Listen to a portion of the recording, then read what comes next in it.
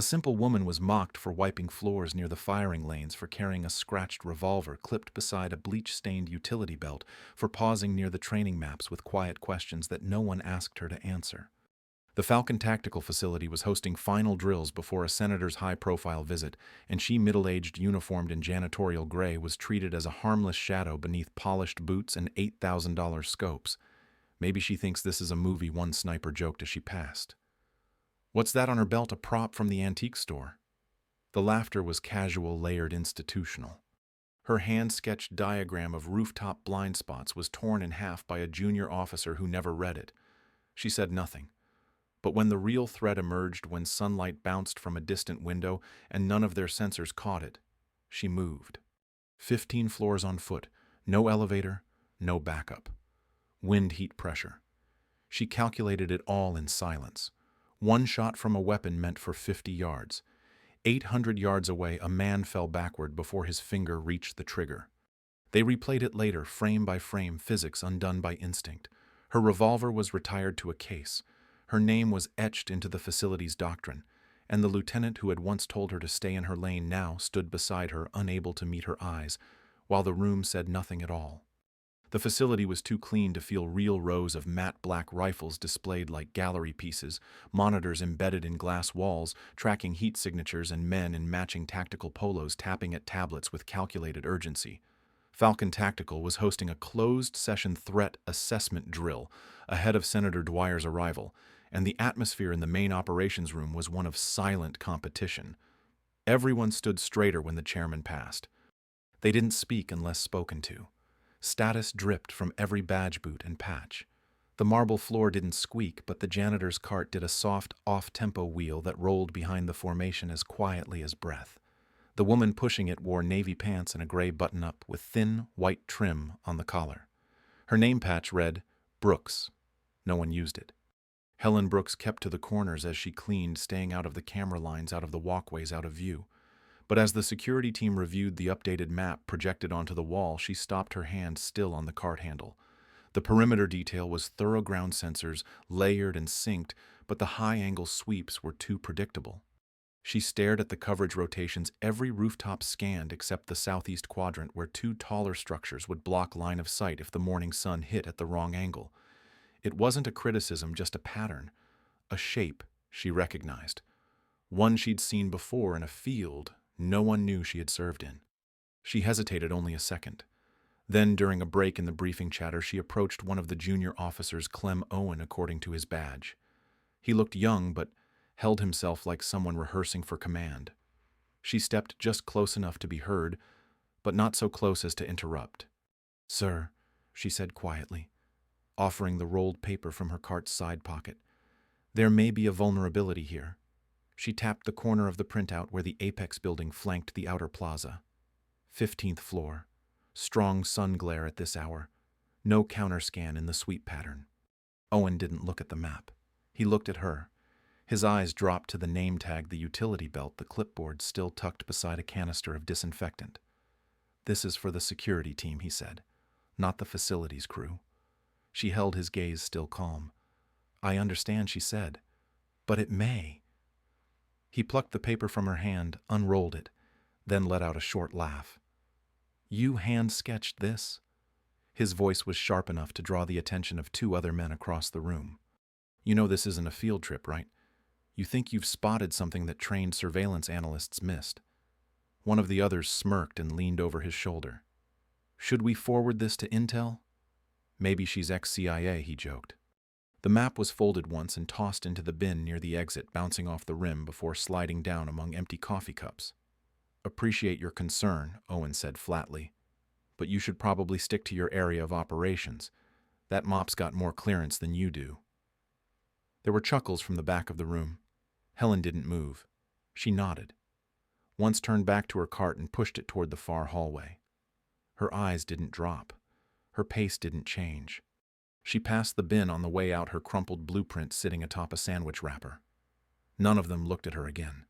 But before she turned the corner, she paused just long enough to glance once more at the tactical display still glowing on the wall, and saw the sweep rotate again, clean and wrong. The building fell quiet after 2200. Lights dimmed. Security doors clicked into nighttime mode, and the sound of boots gave way to the low murmur of automated systems humming in sync. Helen Brooks moved slowly through the lower corridor of the operations wing, her gloves off. Now her sleeves pushed above her wrists. She had finished her final sweep of the admin level an hour earlier but hadn't clocked out. Instead, she slipped into the small maintenance room just past the stairwell, a narrow space lined with extra filters, boxed gloves, and a cracked chair that barely held together at the legs. The desk was dented and stained with old adhesive marks, but it was where she had kept her folded notes tucked behind a cleaning log and a mop head no one had replaced in 6 months. She sat down and pulled out the map. The map was made from scraps pieces of discarded blueprints, printer rejects, and hand-drawn grids taped together in a lopsided patchwork. She laid it flat, weighting the corners with a screwdriver, a flashlight, and her badge. She opened the back panel of her phone, tapping into an old wind speed app, calibrated for urban environments, and set it near the ventilation shaft. The vent above rattled slightly, and the tiny plastic strips she'd taped to the edge flickered gently. It was enough. She watched the way they moved, how the air shifted left around the structural beam, then right again toward the end of the hall. She closed her eyes for a moment, picturing the same airflow on the rooftop, how it would wrap around the apex building's 15th floor, lifting heat shimmer from the plaza below. Then she started sketching. Her pencil strokes were slow, exact. She calculated angles of descent, degrees of morning glare, the overlap between security sweeps and camera blind zones. One spot stood out, Suite 1522, a corner office just above the rotunda, with a clear view of the stage and a direct path for an experienced shooter. From that position, no ground team would see movement. The wind would be clean, steady. With the right optics and the sun behind them, a shot could be taken without warning. She circled the window in red ink, drew the arc, and labeled it high-risk zone. She didn't rush. She had done this sort of planning years ago under very different circumstances, wearing a different name and uniform. When she finished, she folded the sheet carefully and opened a fresh email on the facility computer. She didn't include her title. She didn't sign off with rank. She addressed the email plainly to Hubert Murphy, the site director, and marked it urgent, tactical recommendation. She attached the map as a scan, added a short paragraph explaining her concern, and kept her tone respectful. She wrote, "I believe this is worth reviewing before the event. I understand if this falls outside my scope, but I would not be able to sleep knowing I said nothing." She read it twice, made one small edit, then hit send. The computer made a quiet click and she closed the window. The next morning, the admin floor buzzed with movement. Helen had arrived early again, same uniform, same cart. She paused as she passed the break room where an assistant sat behind a desk reviewing email logs on a shared screen. He scrolled past messages flagged as non-priority. Her subject line appeared briefly. He hovered over it, hesitating, his finger resting on the touchpad. Then the mouse clicked, and the message moved to the trash folder. He didn't open the attachment. He didn't even read the full preview. Another junior staffer called out for coffee filters, and he stood without looking back. Helen continued down the hall with her cart, her clipboard resting atop a fresh stack of cleaning rags. She made no comment. She passed the bin near the security briefing room and saw yesterday's crumpled floor plan still buried under a foam cup. She reached the end of the corridor and unlocked the maintenance closet with her key. Inside, the air was cool. She pulled her gloves back on, adjusted the strap of her bag, and tucked her phone into the charger. As she leaned forward to plug it in, a silver tag slipped from the inside pouch, a small metal rectangle, edges worn smooth. She caught it before it hit the ground and held it for a moment. The name on it was faded, but it was hers. Once. She tucked it away again and returned to work unseen. The sky was a washed-out pale blue when the first black SUVs pulled into the plaza. Falcon Tactical's operations floor buzzed like a hive.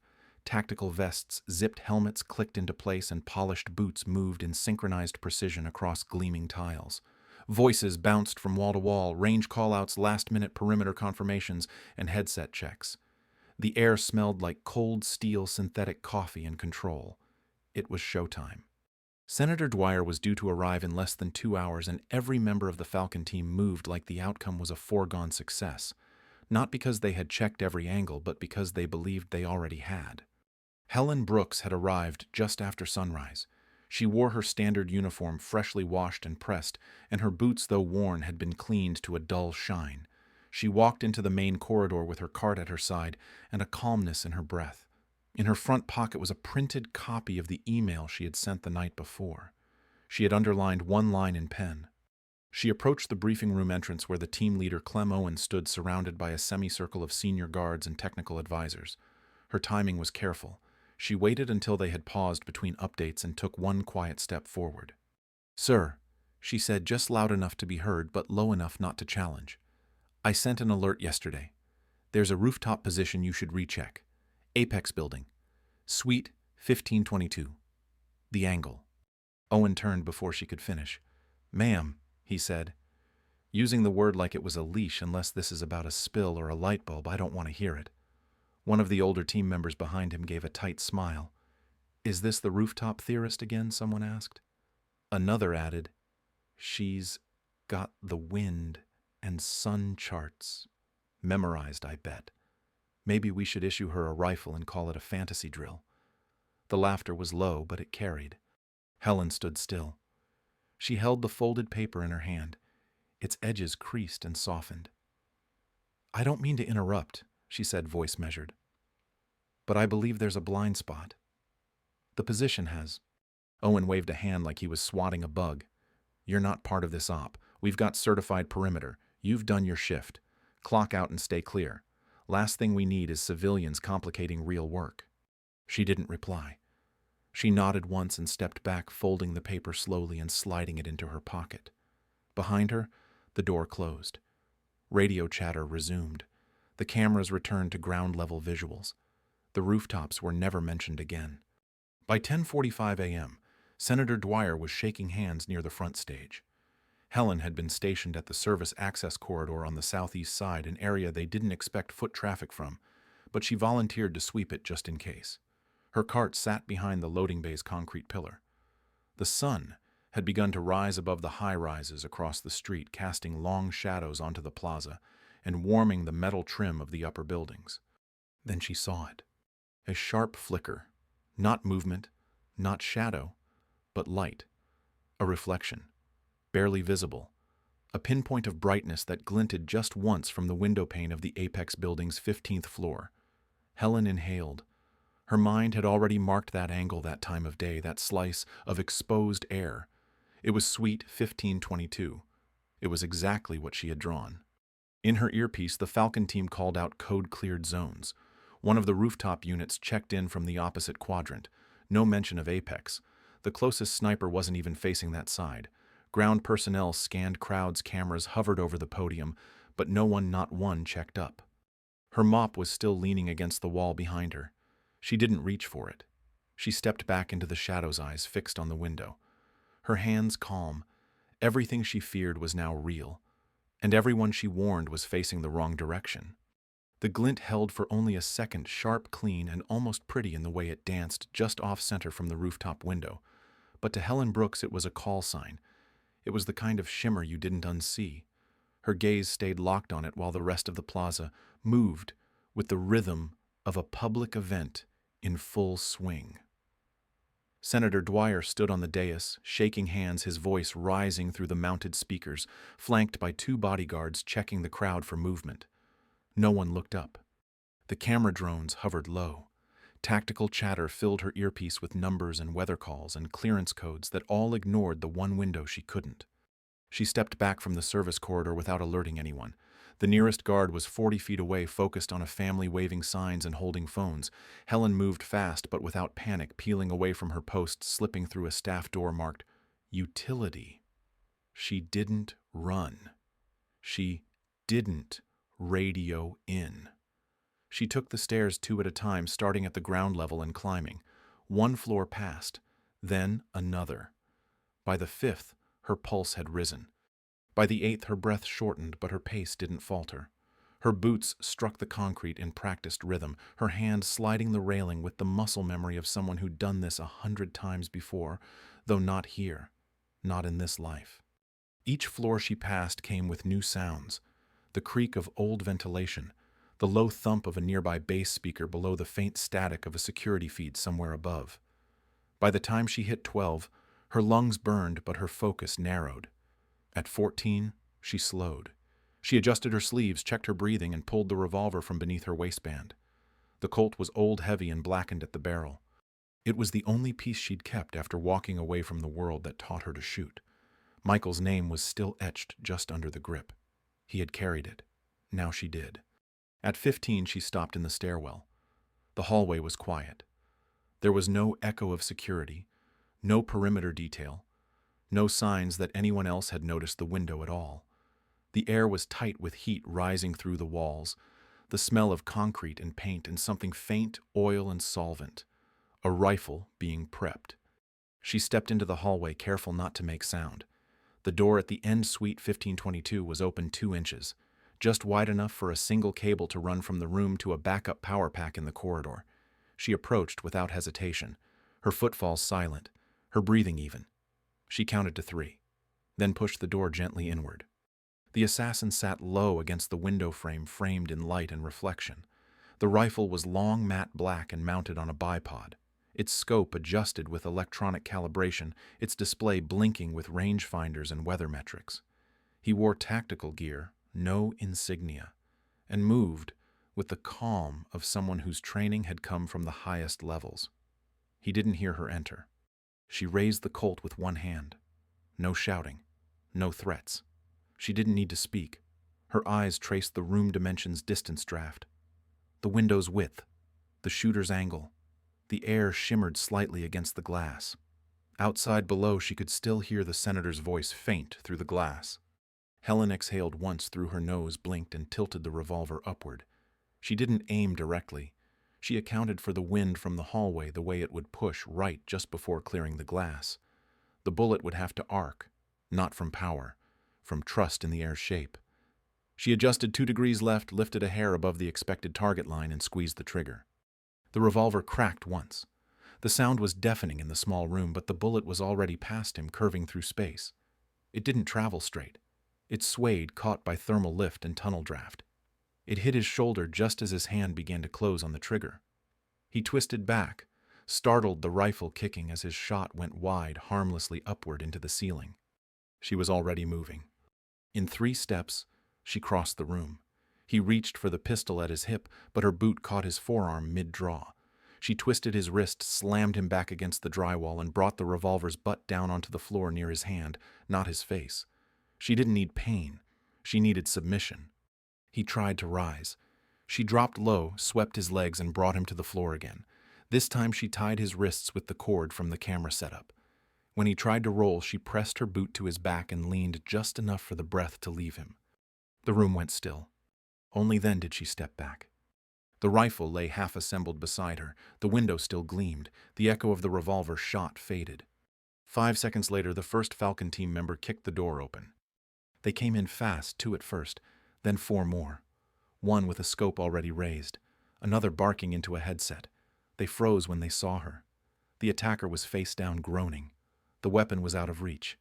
Helen stood between them, hands lowered but firm, the revolver now resting on the table beside the gear. Owen was last through the door. His face went slack when he saw her. He said nothing. She nodded once toward the rifle. "It's over," she said. And then she sat. Not in triumph, not in fury. She just sat, quiet, centered, and whole. No one spoke for several minutes after the second team entered the suite. The air was heavy with spent adrenaline and the sharp scent of gun oil. Helen Brooks sat calmly in a worn vinyl chair near the broken bipod, her hands folded over her knees, the revolver untouched on the table. Beside her, the would-be assassin lay bound at her feet, breathing but silent, the muzzle of his custom rifle facing the wall. Around them, heavily armed security stood in a frozen half-circle, uncertain whether to lower their weapons or apologize. A lieutenant whispered something into his radio. A field medic knelt to check the attacker's vitals. A second-in-command hovered near the doorway, scanning the room, as if still unsure of what he was seeing. The first question came only after the initial sweep team confirmed that the building was clear. "Who took the shot?" someone asked from the hallway. Another answered. No one up top reported a trigger. The radios crackled. No Falcon unit claimed the kill. The rooftop security logs showed no sniper movement, no fire commands, no recorded discharge. And yet here, the shooter was alive, disarmed and dazed with a wound to the shoulder and a dislocated wrist. The room emptied slowly, save for command staff and specialists brought in to assess the aftermath. Someone brought a tablet connected to the external surveillance grid. Footage from the corridor was pulled first one angle, then another. One view caught the senator's speech unbroken by alarm. Another revealed a small, grainy capture of Helen entering the Apex building's stairwell, unarmed, moving fast, but unnoticed. The clip jumped forward. Floor by floor, hallway by hallway, she appeared like a spectre slipping through cracks in the architecture. Then came the room footage. The security camera in Suite 1522 had recorded the entire thing from a high corner. Helen entering, the assassin unaware, her positioning, the single shot, the sudden curve of the bullet through thermal shimmer and stale office air. The frame-by-frame playback revealed the slug, deviating from the expected path, almost drifting as if guided by a breeze no one else had measured. The bullet struck just above the clavicle, dropping the attacker before he could aim. One analyst tried to input the trajectory into his software model. The program rejected it twice. Another tried to simulate the velocity needed to bend that angle. The numbers refused to stabilize. A murmur moved through the room like shifting pressure. Clem Owen had remained quiet since entering the suite. Now he stood at the back, his face pale, his voice lower than usual. "That's not possible," he muttered. "Not from that range. Not with that caliber." Someone responded with a clipped, "But it happened." No one laughed this time. The assistant who had once tossed her floor plan into the bin stepped forward from the edge of the group. In his hands was a thin black folder, its label stark and simple. Classified. Tier 1. He opened it slowly and laid a single page on the table next to the revolver. It was a service dossier. At the top, the name Helen M. Brooks. Beneath it, a string of citations, commendations, and operation codes too obscure for most present to recognize. One word was circled in red at the bottom of the file, handwritten and underlined once Spectre. The name traveled across the room in whispers. A few recognized it immediately, those who had served or studied special operations history. Spectre was a sniper call sign once attached to an elite operative whose record included 127 confirmed kills and 0 known failures. Her most famous shot had crossed a canyon during a sandstorm, tagged a moving target at over 2,000 yards, and was still taught in classified training modules. But the operative had vanished. No formal discharge, no public obituary, just silence. And now she sat in a folding chair, hands resting, eyes unreadable. Why didn't she tell anyone? Someone asked near the door. No one answered. One of the analysts moved to speak, then hesitated, caught between questions and shame. Helen didn't rise. She didn't lecture. She didn't explain. Her voice, when she finally used it, was quiet and measured. "I tried." She stood without ceremony, collected the revolver, and placed it gently back into its leather case. She handed the folder to the officer nearest her without a word. Then she stepped past the group, walking through the middle of the room as they parted around her, not from command, but from recognition. Her footsteps were even, her shoulders squared. No one followed. The corridor echoed behind her with the sound of nothing at all. The conference room had been scrubbed clean for the occasion. Rows of leather-backed chairs lined both sides of the long walnut table, a flag in each corner, and a projection screen hanging dormant behind the podium. The air carried a stiff quiet, the kind that hung over military briefings that had gone wrong, even when they hadn't. Helen Brooks sat near the end of the table, her name on a folded placard that looked too crisp to belong to someone in janitorial gray. She wore the same uniform she had worn that morning, minus the utility belt. Her boots were still scuffed at the toe. Her hands were still folded in her lap. People entered in waves. High-ranking officers, civilian contractors, government liaisons in tailored suits who whispered to each other in clipped tones. No one sat beside her. Across the room, Clem Owen shifted in his seat, the knot of his tie slightly off-center, his posture tight despite the metal pinned hastily to his lapel. He hadn't looked at her since he arrived. A few others glanced in her direction, then away again, like they were checking something without wanting to be seen checking it. A woman from the Department of Defense stood to open the meeting. Her voice was clear, practiced, and devoid of flourish. She recounted the timeline of the senator's visit, the perimeter security protocol, and the moments leading up to the incident. Then came the details. The footage review, the failed system redundancies, and the identification of an external threat neutralized at exactly 10:48 a.m. The name of the individual responsible was not spoken immediately. Instead, the screen behind her came to life with a classified dossier brief, redacted but real. Helen Brooks, retired, service ID encrypted, confirmed active duty from 1994 to 2012, sniper call sign Spectre. The room didn't gasp. It didn't need to. The air changed. Recognition worked quieter than that. When the presentation ended, the security chief rose from his chair, slowly, his palms flat on the table. He began to speak his words carefully, chosen his voice thick with something he hadn't worn before: uncertainty. He apologized. First, generally, then directly. He mentioned his failure to recognize the scope of her insight. His tone faltered only once when he admitted that her warning had been ignored without review. He didn't ask for forgiveness. He didn't deserve it. Helen looked at him once, nodded once, and said nothing. After the formal remarks, someone stepped forward with a framed commendation. Another person held a silver pin inside a navy velvet box. Helen didn't reach for either. When prompted for a response, she stood with quiet steadiness, looked once around the room, and spoke only this: "Observation is not about rank. It's about whether you're still paying attention when no one else is." She left the commendation on the table. She did not sign the guest book.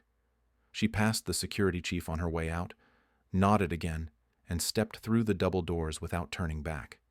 Behind her, the room stayed silent. No one reached for the notebook she left behind. On the cover, taped long ago with cracked masking tape, was a name handwritten in block letters: Michael's Wind. She had carried it for 20 years. Today she no longer needed it. Morning at the range was quieter now. The echo of boots still tapped out across the concrete, but the rhythm was softer, more deliberate. Young recruits stood in formation at the south end of the facility, rifles held steady, backs straight. A few glanced toward the woman leaning on the railing above them, her arms crossed loosely, eyes sharp. Helen Brooks watched in silence as one of the trainees adjusted their stance slightly, too late compensating for a wind that hadn't yet arrived. She said nothing. The next shot missed its mark. Then she spoke just loud enough. "Listen first, then move." The cadet nodded, reset, and hit center on the next round. She wasn't part of the command staff. She didn't wear a uniform anymore. But everyone knew who she was. Not from medals or ceremony, but from quiet consistency. She helped draft a new module now included in Falcon Tactical's recruit manual. The opening page held her name beneath a quote, printed in simple serif font: "The person you ignore might be the only one watching what matters." The training wing that once dismissed her now bore a new inscription above the door: Spectre Room Case, Study Site Operation Shadow Glint. Inside, the perch on the 15th floor had been recreated as a learning lab. Trainees were taught to study air pressure by watching cloth strips move, to track sun position, not just through software but through shadow memory. At lunch, one of the junior guards, Miles, the one who had once laughed the loudest, brought her a cup of tea without being asked. He didn't say much, just set it beside her and cleared the spot next to her chair before returning to his post. Helen acknowledged him with a quiet nod, and he returned it like an apology too long delayed. Down the hall, a small alcove had been turned into a display. Her revolver rested in a case behind safety glass labeled simply Colt 45, used at 800 yards unassisted. Above it, mounted in clean white lettering, was her original mop preserved behind another pane. The brass plaque underneath read, "First Watch." When her shift ended, she walked out the side entrance, no escort, no announcement. Just the same even pace, the same clean exit. No one stopped her. No one needed to. They were still watching, and this time, they were finally paying attention. She was dismissed, ignored, and treated as invisible until the moment her silence saved lives and her skill rewrote the rules. What began as routine cruelty in an elite space ended with quiet mastery that no one could deny. She never raised her voice. She never demanded credit. but through clarity, calm, and unshakable experience, she turned doubt into discipline and judgment into legacy. Her story is not just about one impossible shot. It is about the unseen power of those who pay attention when no one else does. The overlooked, the underestimated, the ones who carry strength in stillness. If her journey moved you, take a moment to reflect. Who have you underestimated? Who have you ignored that may be holding more wisdom than you realize? Share your thoughts in the comments, and follow for more stories that speak softly and stay with you.